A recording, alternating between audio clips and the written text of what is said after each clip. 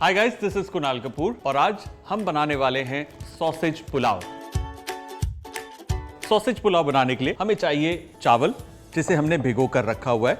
करीबन आधे घंटे के लिए जरूर भिगोना है इसे। और हमारे पास है ये सॉसेज, जिसे हम यूं छोटा छोटा काट लेंगे। परफेक्ट। Gas on. इसमें जाएगा ऑयल। इसमें हम डालेंगे एक बड़ी इलायची, छोटी सी दालचीनी, थोड़े से पेपरकॉर्न और इसमें जाएगा जीरा।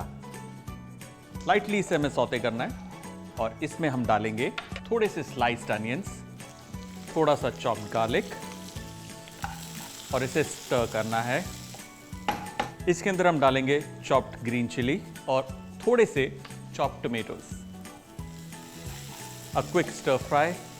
और अब इसमें जाएगी हमारी ये sauces. Give a quick stir. इसको हमें पकाना है करीबन 2 से 3 मिनट के लिए ऑन अ हाई फ्लेम। इसके अंदर अब हम डालेंगे पानी और इसमें जाएगा salt and we'll wait for a boil. जैसे बॉयल आएगा इसके अंदर हम चावल डालेंगे। अब हमारे पास ये जो सोक्ड चावल है, इसमें से पानी ड्रेन करके इन चावलों को हम इसमें डालेंगे डेलिकेटली, सो दैट चावल मिक्स हो जाए। ज़्यादा तेज हिलाएंगे चावल टूट सकते हैं, सो केयरफुल। एक क्विक बॉयल, उसके बाद आंच धीमे और इसके ऊपर हम लगाएंगे ढक्कन और उसके बाद हमारे चावल कुछ ही मिनट में पक जाएंगे। चावल तैयार हैं। गैस करेंगे बंद। ब्यूटीफुल।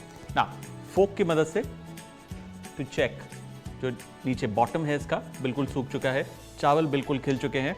फोक से lightly we'll fluff up the rice और अब इसे हम परोसेंगे। गर्मा गर्म सॉसेज पुलाव तैयार। इसे हम गार्निश करेंगे एक फ्रेश स्प्रिग ऑफ कोरिएंडर से। हमारे गर्मा गर्म सॉसेज पुलाव तैयार।